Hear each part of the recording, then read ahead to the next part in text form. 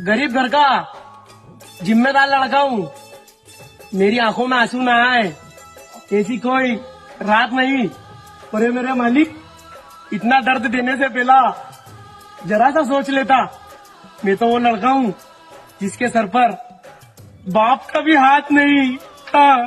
याद तेरी जब जब आती है आंख से